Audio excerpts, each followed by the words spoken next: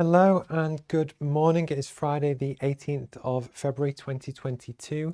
If you don't know me, my name is Steve Pugh and I do a live stream every Friday morning from here in the northeast of England. And what we do is that we talk about business strategy stuff. We talk about interesting kind of concepts from the week, stuff that's going on in the world, stuff that could impact you. And then basically we have a business education course called the Roadmap MBA, and basically it's an alternative to traditional business education kind of courses. And what we try and do, our mission is to make business education accessible, and we do that both in terms of the price, and in many cases we give away courses for free to people that might want to develop their business or career but might not be able to afford kind of business education, but also in the way that we actually explain concepts and techniques and different things, not just in words, but over live stream and podcast and that kind of thing as well. Because one of our big beliefs is actually that real, business education and the ability to kind of upskill yourself is a real ability to drive growth in communities, personal development, economic kind of equality. And often I think for too long it's been out of reach for too many people. And actually what we're trying to do is really change that and do that on a global kind of scale. And we've got quite a few kind of pivots and things coming up this year, which I'll tell you about over the course of the year. But if you kind of track some of the stuff that we do on YouTube, Facebook, Twitch, Twitter, LinkedIn, that kind of thing, hopefully you'll kind of see the journey. And if you ever want to kind of check it out, it's roadmapmba.com as well. So what I tend to do on the Friday morning kind of session, if you write in the comments, it should pop up on screen. And I love the kind of interaction.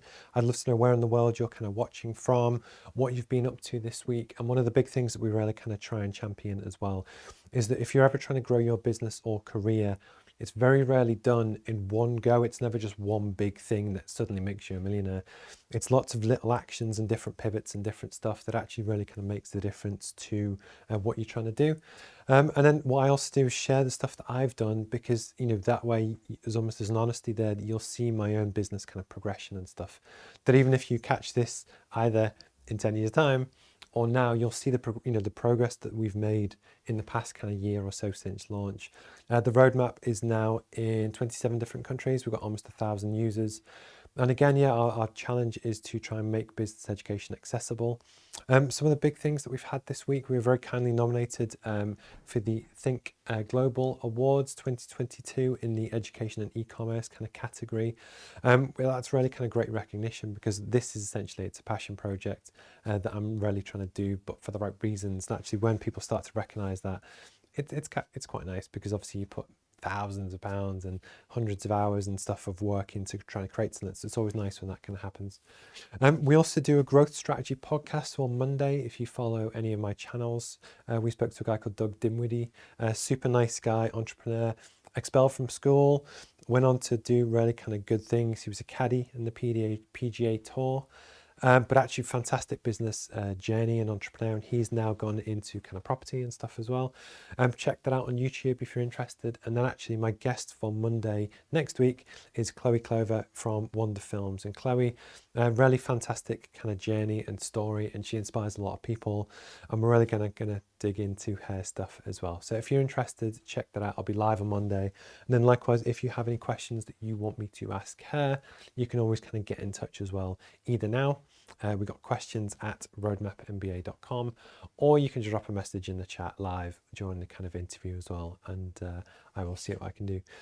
So what I try and do on the live stream is talk about stuff that hopefully you might kind of find interesting. And then likewise, when I look at the business strategy for the roadmap and what we're trying to do, one of the things that we have, which is a tool that we can use, is the ability to react to kind of world events and do it live. So it is 9:04 here in the UK. But the point is, what I wanted to do was talk about stuff which actually could really impact your business today, this week, stuff that's going on, and just trying to give you some extra ideas on different stuff. And what I also try and do is pick out some different topics, just to kind of create content, and then hopefully it's of interest. And likewise, just plant seeds for things that might be new to you, or stuff that you might not have kind of thought of before. And the whole point of the roadmap is to just help you on that kind of growth journey, that sometimes it is just pure theory, but actually for me it's all about how we kind of action it actually in your kind of career. One of the things that I've mentioned in the past is actually for the roadmap, we talk about something called lead action. So these are the things that if you have your bigger goal that you actually want to achieve, if you can break it down into its lowest common denominator, basically the smallest piece that you can.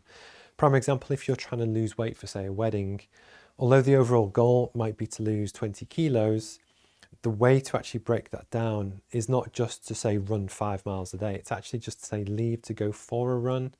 And the point is, when you actually kind of break down your goals and ambitions into the smallest kind of bits that you can, it makes them a lot easier to kind of achieve. And I've spoken on the stream in the past about stuff that I've done and wanted to do and whatever. And one of the big ones, which is a big kind of hurdle, I guess, for me for what I'm trying to do with the roadmap. So I've spoke previously about how essentially I'm trying to create the peloton of business education to actually create the studio and the environment so the presenters from all around the world can talk in their native language, one day hopefully in sign language, but different presenters, so men, women, people from different backgrounds, that kind of thing, because that's what I essentially want to try and create, that not everyone wants to learn from a middle-aged white guy, that actually, you know, likewise the way I want to grow and scale, I can't physically present everything myself as well. But I'm delighted to announce that we've got a new guest presenter coming soon. I'm not going to say who it is just yet, just, you know, it's going to, obviously we'll do a press release and stuff as well. But it's those kind of baby steps that for me to actually have someone lined up to do some guest presenting slots is a massive hurdle, because once you've done one, it's a lot easier to do 100. You just have to do the first one, and it's that kind of jumping on the horse, kind of just cracking on with it. And then the other thing that I've kind of got much better at as well is that with my podcasts, I used to kind of, not, I wouldn't say wing them, but I wasn't that organized to actually arrange guests in advance. And now I'm kind of booked up until the end of March. And again, whilst that sounds really small, it's all about just efficiency and timing and that kind of thing, and actually trying to run a better business and basically create better content and stuff as well, just through being more organized. And then just sharing these kind of lessons with you is hopefully just something that's interesting, that maybe you're able to kind of apply to your own careers and stuff like that as well. So the topics that I'm going to talk about today, I've got two big ones and then one small one. One of the big ones is actually, good morning, Ruby. Whereabouts in the world are you from? And actually, can you celebrate any successes and stuff that you've had this week as well? I always love it when people get involved in it. Otherwise, I'm just in a room talking to myself. So I love it when people get involved. But good morning, good morning. The topics I'm going to talk about today, the biggest one, which will probably take about 20 minutes, is actually to do with why no business will ever be perfect, but why that's okay.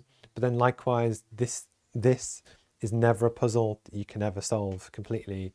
And I'm going to explain why and how problems create more problems and stuff like that. But it should be quite interesting. I'm going to talk about how and why everything that's going on in the world at the moment could impact you, just to plant some seeds of stuff that you've kind of probably seen on the news, but you might not have iterated through yet to figure out actually that thing in Russia, how could that impact me? And then to talk about energy prices and inflation, what does that mean? So I'm going to kind of cover that as well. But first, actually, what I'm going to do is actually talk about a topic which is quite interesting, which is basically, it's all this week, and it's to do with something called brutal honesty.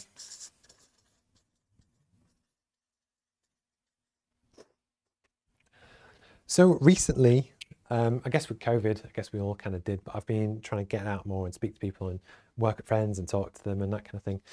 And what was quite interesting is that I love sharing the roadmap. I am kind of, you know, very proud of this, and it's something I worked a hell of a long kind of time and stuff on.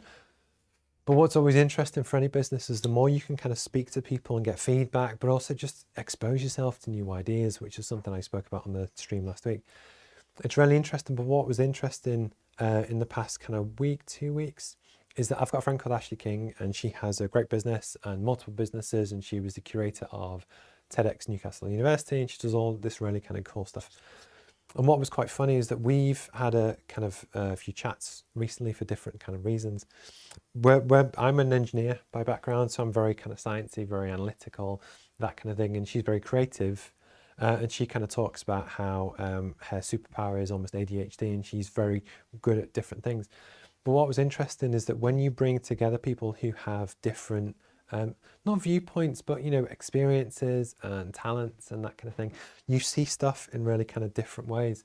And what was really funny, so I went to visit her kind of studio, and what was really funny was that when you give one person a tool and what they can do with it, and then someone else in theory the same tool, for me this studio, and it Ashley kind of pointed out as an engineer, is incredibly efficient. There's nothing in here which doesn't need to be here.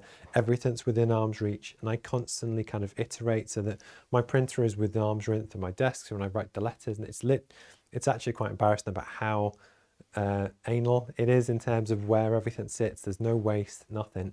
Everything on camera hopefully looks quite pristine, but off camera is where I have my storage and my different kind of stuff. But it's almost where me personally, I've always actually looked at stuff. How do we do things better, faster, leaner, get more from your time, reduce wastage, get more for your money, that kind of thing. It's just how my brain kind of works, and I've always kind of been like that. And what was interesting is that when you speak to people who have different viewpoints, and this is all about diversity as well, just, you know, the importance of getting diverse opinions and viewpoints and different stuff, is that Ashley's space, it's called Flamingo Heights, it's in Newcastle, definitely kind of check it out. But it's very creative, it's very flamboyant, it's almost the polar opposite of what I do. But what was just really interesting is that when we spoke and talked about different stuff, having the different viewpoints at times was quite uncomfortable. And I think she'd said that for both of us. But almost because of that, we kind of, and my friends, you know, we could get through it and almost get to a better place. And two examples, which I think would be really quite interesting. One was through the roadmap. So the roadmap is an alternative MBA course. It's there to help people, for me, that don't have access to traditional business education. That if you can afford to go to university or business school, do it. You'll have a fantastic time. You'll love it. Great. But a large portion of the population can't do that. Either they can't afford it, they don't have the time, it's too expensive. There's 100 different reasons of why that's exempt. And Ashley recently completed her MBA at Newcastle University. Fantastic, and she loved it. But almost she admitted to me, and I hope she doesn't mind me saying, that when she first saw the roadmap, it was something that triggered her a little bit. She wasn't overly happy with it. But that was really important for me to listen to and learn from, because actually everything that we do, it's people are going to react to it, good or bad. And the point is to almost try and get the message across to not alienate people. And it was a really important learning lesson for me that when you put your heart and soul into something, that it is really good to kind of get feedback. And actually it was after I explained what I'm trying to do and why I'm trying to do it, it's almost the barriers came down and we kind of worked for it. But actually the point is, although that conversation was a little bit awkward at the time, I'm so much happier now. But one of the other things as well was that very personal this, I guess, but it's almost that with doing what I do, and I do a lot of stuff for clients and that kind of thing, in the northeast of England, you have a lot of different networks and groups. And what was quite funny was that I don't really feel part of any of them, if that makes sense. And it's almost where, so I come in, I do my job, I try and help people, I offer free courses, I do charity work and stuff when I can, but it's that balance of I do my best. And what was funny was that I kind of, I don't feel part of these groups that like all of the, you know, everyone's own posts and different things. And the point Ashley again made was actually, yeah, but what am I giving to them? What am I actually doing to help, you know, contribute to that particular network? And it was just a really good point, because within 10 seconds of that, that's a fair point. I think for me, it was where sometimes you feel like you're not part of the group and you're not part of the team and with the cool kids and whatever. But actually, it depends what your aims and goals are, what your ambitions are, if that group is actually right for you. But the point is, it's having the external person to bounce off was super valuable. And maybe it's something I need to get better at, that I kind of get and know how to do the businessy stuff and write the course and create the content and stuff. But actually, my weaknesses are in certain areas. And it was just something I wanted to talk about, that actually having someone that's not afraid to be brutally honest with you, as long as it's delivered with care and love and it's, you know, constructive, is just massively valuable. And it was just something I wanted to kind of talk about, that different people from different backgrounds and cultures and experiences do have a lot of value to bring to different organizations. And actually, I would recommend it, that especially if there's someone that you kind of like and trust and you don't mind getting feedback for, you will be stronger kind of because of it. And then actually what it's really done over the past kind of, well, it's a year and a bit since I launched the roadmap as a whole. But yeah, I've got a pivot coming up later this year where I'm hoping to launch an iOS app and on Android. But none of that would have happened if it wasn't for the feedback and the learning. And the point is, if you've ever got aims, goals, ambitions, dreams, whatever it is that you want to do, the more you expose yourself to different stuff and actually you're open to get feedback, it's definitely kind of worthwhile. I'd love to know if you've ever had anything like this, if you ever actually got some really good feedback that actually at the time was quite difficult to take. So I don't mean just really positive stuff, but the point is stuff that actually it's uncomfortable to hear, but after you've let it marinate for a little bit, you kind of, think it's the right thing to do. I'd love to know. Please write in the comments. And likewise, if you ever check this out on YouTube, please kind of like and subscribe and that kind of thing as well. Ruby, I'm just going to, USA. Oh, Georgia, very nice. Oh, fantastic. You closed your first customer. Sorry, I took a bit of a while to reply to you. It's just I wanted to finish that segment for when it kind of gets clipped up and go to YouTube. It's really important, and it's really good to kind of see actually that just to have focus on what you want to do. And actually, just in case you're still watching, what's your next goal? Like, what I love, and actually it's on the Tuesday 8 p.m. session. So it's 8 p.m. in the UK. In Georgia, it might be mid-afternoon, I'm not sure.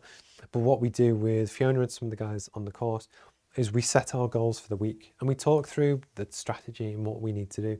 But actually having someone to bounce ideas off and almost keeps me accountable with her and maybe you as well. I'd always love to know, what do you want to achieve? Like, what's the dream for 6-12 months? And then actually, how can we break that down to the little things? So for instance, your lead action when you talk about kind of getting new customers and that kind of thing could just be making one customer approach a day, saying hello to people, working on your message or your chat up line is what I kind of call it. But actually just it's these little baby steps will work and build over time. But really fantastic to hear the news, and thank you for kind of getting in touch.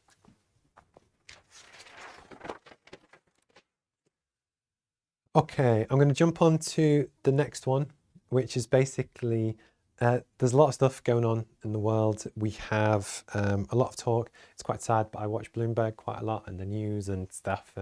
Basically, for me, information is almost power. That's such a cheesy thing to say. I wish I didn't say it, but the more you kind of know what's going on in the world, the more you can kind of understand it and use it and realize how that can impact our business. There's something we cover on the course called pestle analysis, which is also the political, economic, social, technological, legal and environmental kind of factors which can happen around the world that can impact a kind of business.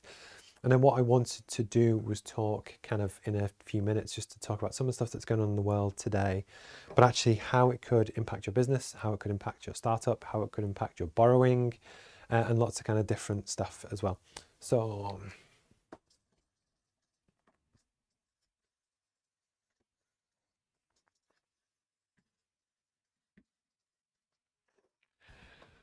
so this is probably, and actually to be fair, it links with the other point. I'm going to talk about how no business will kind of ever be perfect. But essentially, there's so much stuff going on in the world at the moment that actually it's quite a difficult time. I guess it's always difficult, but it's going to be, I think, quite a difficult kind of period of 2, 3, 5 years. And there's lots of stuff you'll see in the news. One of them is called inflation.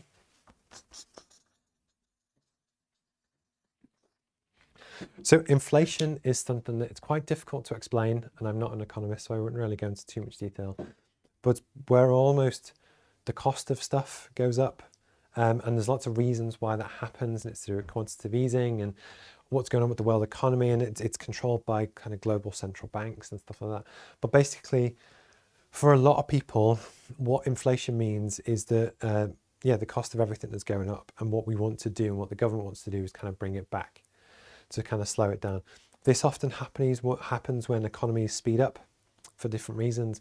But what's really interesting is that over the past kind of 10 years since, we had the financial crash and everything that's kind of gone since then, basically one of the things that's happened is cost of living. Cost of living has gone up, which actually means that if you're a business or a freelancer or anyone, if you work in a job, chances are your food bill is going up, your mortgage is going up, lots of different things. And often it's quite rare to get a pay rise because of it. In the companies that I work with, we've given pay rises this kind of year. But the point is it's becoming a more and more difficult environment to kind of operate in. But then likewise, if you're a business, cost of living's gone up, but also the cost of goods. So everything that you buy has probably also got that little bit more expensive. What this means is that a lot of companies, it depends on your margin, depends on your sector and what you kind of do.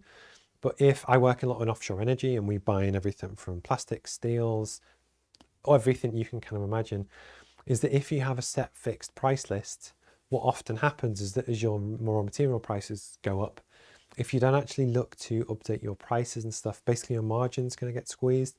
If your margin gets squeezed, which means the difference between what you sell it for and what you make it for is lower, you're going to have less money coming in, and that basically it's going to get really difficult to kind of handle and deal with. And basically a lot of businesses have to start to deal with this problem where in theory they should put their prices up to try and counteract the change. Most people have. The worry is, will it piss off your customers that they stop giving you as much business? And there's always, will your competitors do it? And will it make you less affordable? But it's that constant, it's never an easy answer. But then likewise accepting that in the past I've talked about the great resignation where people are looking to move jobs. Could you actually lose staff because they go for a pay rise, because they need the pay rise to go for, and basically it's a really kind of difficult thing to kind of go through. But what's also interesting is that the cost of borrowing is probably going to go up. So for the past kind of 5 years, I'm trying to think when we got our last mortgage, basically we've had almost kind of zero interest rates. So big institutions, venture capital firms, whoever, have either, or businesses, have been able to borrow money at very low interest rates. My mortgage is 1.97%, but the point is it's low. If you go back to the 70s and 80s, it wasn't uncommon that certain interest rates were like 12%, so they were a lot higher. But when the cost of borrowing has been low for so long, it's actually been relatively easy for investors and people who wanted to raise money to launch a tech company or whatever to actually get funding, because actually for investors it was quite cheap money. So as long as they felt that they would get return on what they did and what they invested in, happy days, everyone wins. But actually, if the cost of borrowing is going to go up, that could impact the fundraise for your startup. So there could be people, and there will be people right now today, that are looking to fundraise for a startup to kind of launch your new thing. It could be your baby, and you're building your pitch deck and you're building your minimum viable product and you really kind of want to do it. But the point is, you're going to have less investors and less people who will offer, they will still offer borrowing, but it'll be at more expensive rates. And the reason why I'm going to go into that with my next one is actually the more expensive borrowing is, the faster and the more demanding that lenders will be to get their money back, which actually makes your environment harder to run the business and grow and be profitable, because you will have interest repayments or debt repayments, or even just knowing that that equity is growing for the external investor. It's going to get harder. And the point is, it's something to be aware of, that actually everyone in the world is struggling with inflation at the moment and what to kind of do with it. If you can, I say put your prices up, be reasonable, that you also have to expect that your customer is also struggling. But likewise, you need to look after yourself first. I always talk about how actually always make sure that you put your own gas mask on first. Otherwise you can't help other people. It's like from airplanes. But actually this is something to be cautious of. And then likewise, your consumer market. So for instance, with business education, if you are in the luxury goods market, you sell Rolexes or high-end premium pens or business class flights or whatever, as people start to get squeezed, the amount of luxury spending and stuff like that could also reduce. And it's really important, and obviously we talk about business strategy on this, is actually just having an awareness of maybe having different offerings at different price points. That actually, if you have a purely top-end offer, is there something else that you can do to almost acknowledge that actually in the next few years it could get more difficult to operate? And likewise, if you have borrowing at the moment and you kind of know that the cost of borrowing is going to go up, if you have spare cash, does it make sense to pay off your debts to kind of clear that, to make your future runway easier? And it's all these things that it's worth kind of looking at. But basically, inflation is a really important one to look at. The next thing I'm going to touch on is, just because it's quite topical at the moment, is Russia.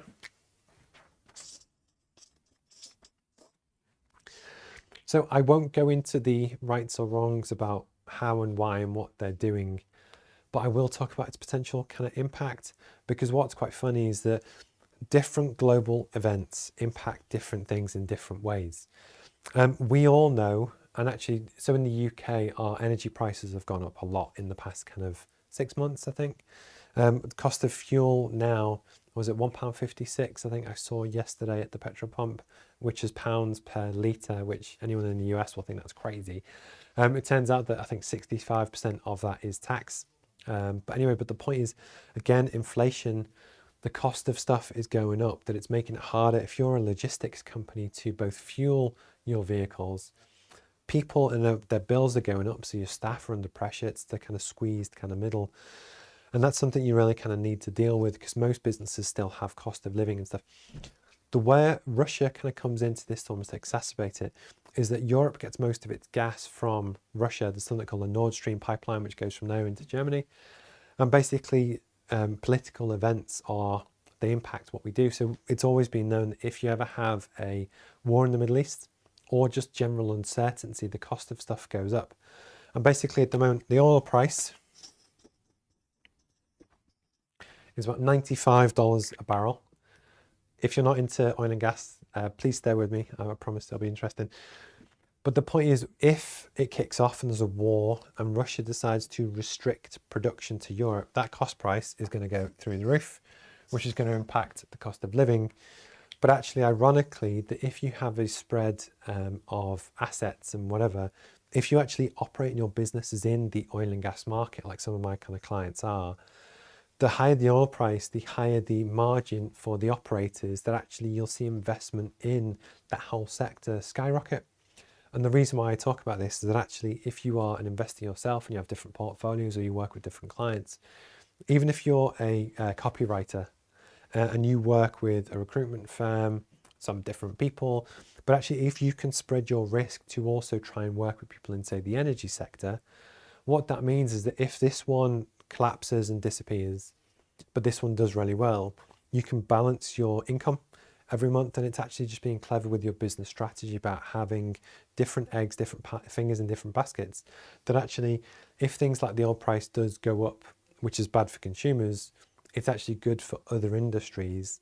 So actually, if you can still protect yourself, it's something to just be aware of.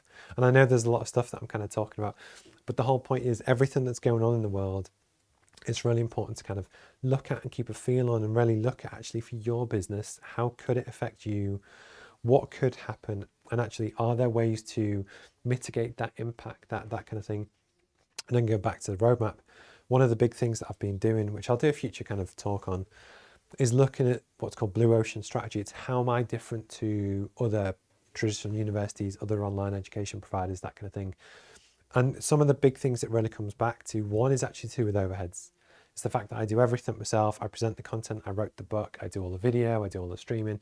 And what that actually allows me to do is offer a free price point, which is that I'm really going to be building on in the future, that a lot of my big competitors that are in literally the billions of dollars of revenue, they're losing money.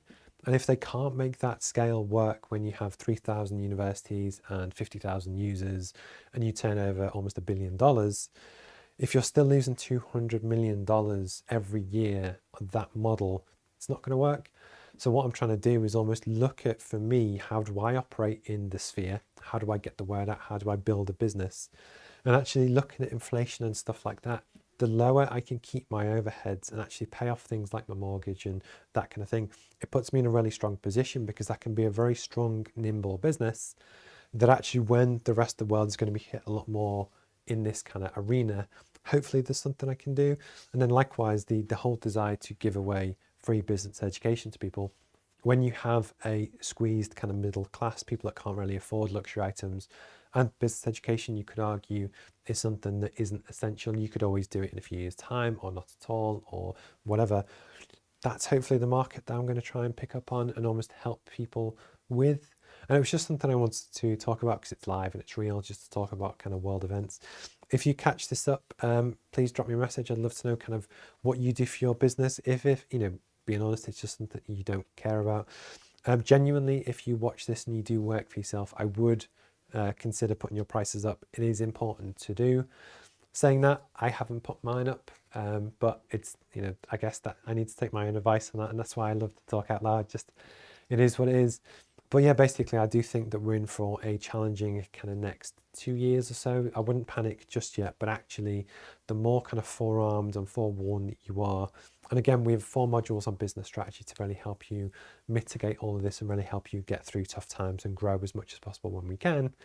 Please kind of drop me a message.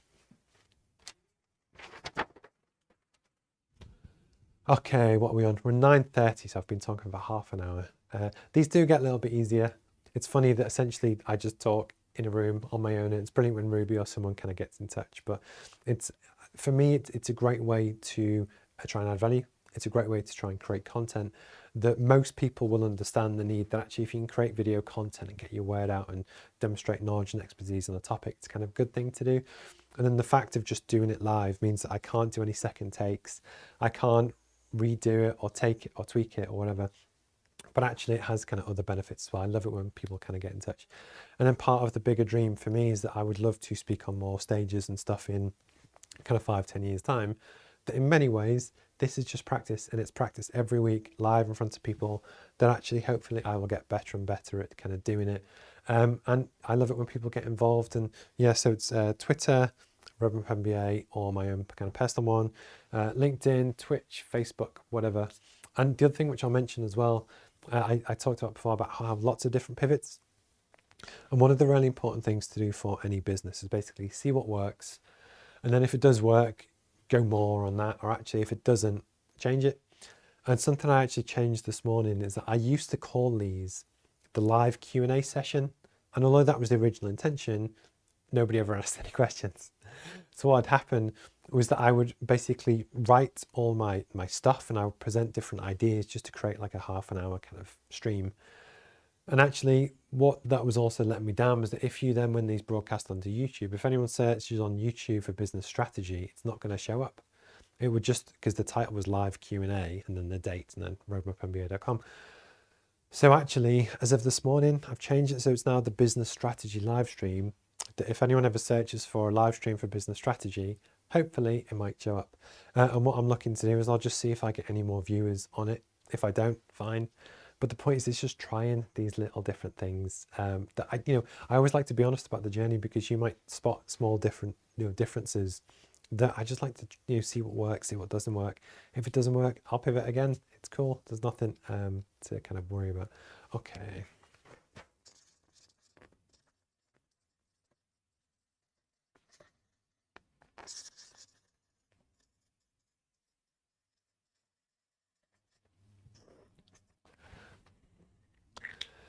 So, especially as an engineer, this is something that I wanted to talk about, that basically why no business can ever be perfect.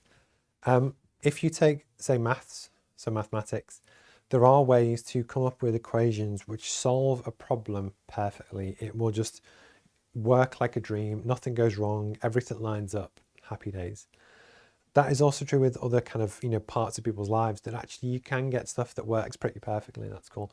In business, this is never the case. It doesn't matter what you do, how it works. The world will keep changing. That actually what I wanted to do was talk about this because nobody ever does. And actually, so what I want to do is walk you through some different things, just to share some ideas, to give you some ideas of things to maybe look at and focus on, but then also to realize that if you solve this problem over here, chances are it's going to create this problem over here. And it's that kind of cycle I'm going to talk about. So for most businesses, if you ask them what is the biggest headache that they kind of struggle with, they would want more sales. People want more revenue, they want to make more money, happy days. But actually, sales is one of the big things that they look at. But what you then have is that you go out, you sell more, then actually you win the work, and then you have to make the work. You have operations to do whatever it is that you need to do to fulfill. I'm just going to put ops. So you go out, you win the work, you then have to do the work to then sell it, because that's what a business kind of does. But then actually to do that, often you might need new machinery, more people, bigger team, lots of different things. So basically you need people stroke overheads.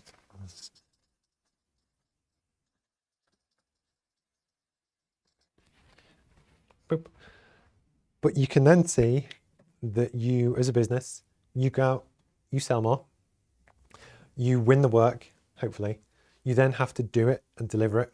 And to do and deliver it at a higher level than what you were doing before, you're probably going to need either a bigger team, more people, better machines, whatever. But then once you've done that, obviously you've increased your overhead because you have more people. So then what happens is you have more overheads, you need more sales to then stay in business. And what you eventually get to, I'm going to go for 2 more colors, is that you get in a very vicious cycle where you sell more, but then to actually be able to deliver it, your operations and stuff, costs have to go up. So to actually build it and do it, your overheads are going to go up. You might need a bigger team, but then actually to pay for the bigger team, you're going to need more sales. And actually what I wanted to talk about is that people often focus on the wrong thing when they're looking to grow a business, where actually they only ever focus on this, but actually I want to talk through the whole sphere of how and why it'll change, why it's important, and actually just to kind of do that. So I'm going to say need sales is your main goal for the next month. Okay, so you do a big push. So what happens? You do the big push, you win the work. But then actually after you've done the work, you actually have to make it.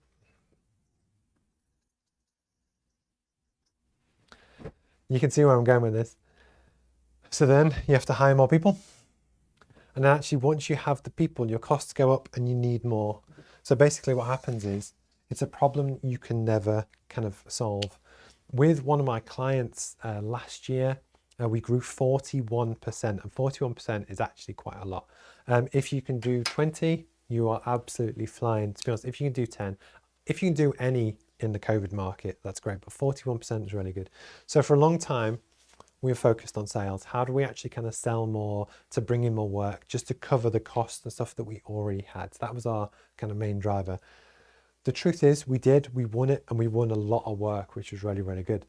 But then all of our focus and our management time went from, oh crap, how do we win more sales? We need to win work to kind of keep the business doing well. To then, actually, we've kind of nailed that bit. How do we do this? How do we build it? And actually, how do we build this at the higher level?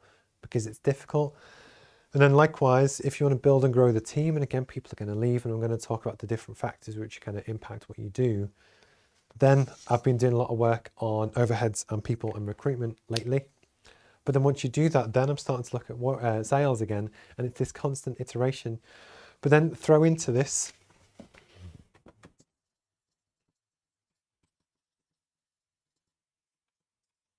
so you're going to have market forces, which is almost what I was talking about before. That could be inflation, it could be Russia, whatever. There's a lot of stuff that will go on. It's basically everything that happens outside of your 4 walls of the business. This will constantly try and blow the ship off course, if that makes sense. You're going to have competitors.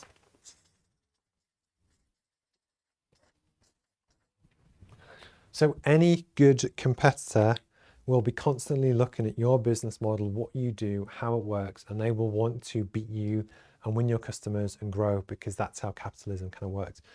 But the point is, even if you got this machine working really well, the world changes, which is out of your control. Your competitors will put pressure on. But the other thing as well,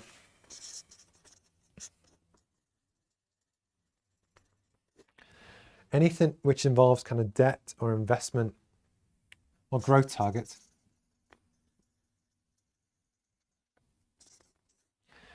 if you borrow money or you get investment or you float on the stock market, there's an external pressure that basically wants you to grow this machine, this flywheel, 20%, 30% a year, and that's what they judge you on. And what's really interesting, and again, I've seen this kind of firsthand, as a job, as a business, your job is to build a business and basically make it work so that you can fulfill a customer need and make a profit. But then when you actually have the need to keep growing that, otherwise you get your funding pulled, you get sacked, lots of different kind of stuff. That problem gets harder and harder and harder to fill. That likewise, if you're looking to grow a business or build a business, I would always be conscious of having external investment, because actually, rightly so, if they give you £1 million to launch a business course, they're going to want their pound of flesh to get their money back. But that pressure means that when you're looking to do this, the pressure is always on to do this, to get more sales, to get more revenue. but then build this up. And basically it was almost this vicious circle of how it kind of works. And then likewise, those same guys who could invest in you could quite easily just invest in your competitors. So imagine you've got a great business, you're happy doing what you're doing, and actually your biggest competitor gets an investment of £20 million to do exactly what you do, bigger, better, faster, stronger. It's going to be difficult. And the point of all of this is actually, it's one of my headaches, but as a management consultant, it's kind of what I get paid to do. The problem will never be fixed. You can nail a big sales push, but then you have to build it. Once you're kind of building it, you might have to invest in strategy and people to grow the team, but then you're then worried about paying for those. And then throw in all the external forces on the market and inflation and Russia and suppliers and people letting you down, trying to fulfill borrowing and hundreds of different reasons. Business is difficult, and it's difficult for a reason, but actually there are things and stuff that you can do. But I never really saw anyone talk about this and how it works. And because this is my day job, I do this every day, I wanted to almost make it real, that actually I'm going through this cycle at the moment. You do your best, you do the best you can. Another element to it as well when you're dealing with people is like emotions. So for instance, you might find a great team member to join the team for your business, but actually will that ruffle feathers of someone who's maybe more junior than them that wants to get promoted, who then leaves because they felt that they should have got the job. And basically this is just a mess of how it's a constant problem that can never be fixed. All you can do is do your best. As Doug said, it's almost do positive actions every day. Just do your best and it will work out. And the better and the smarter you can outthink your competition.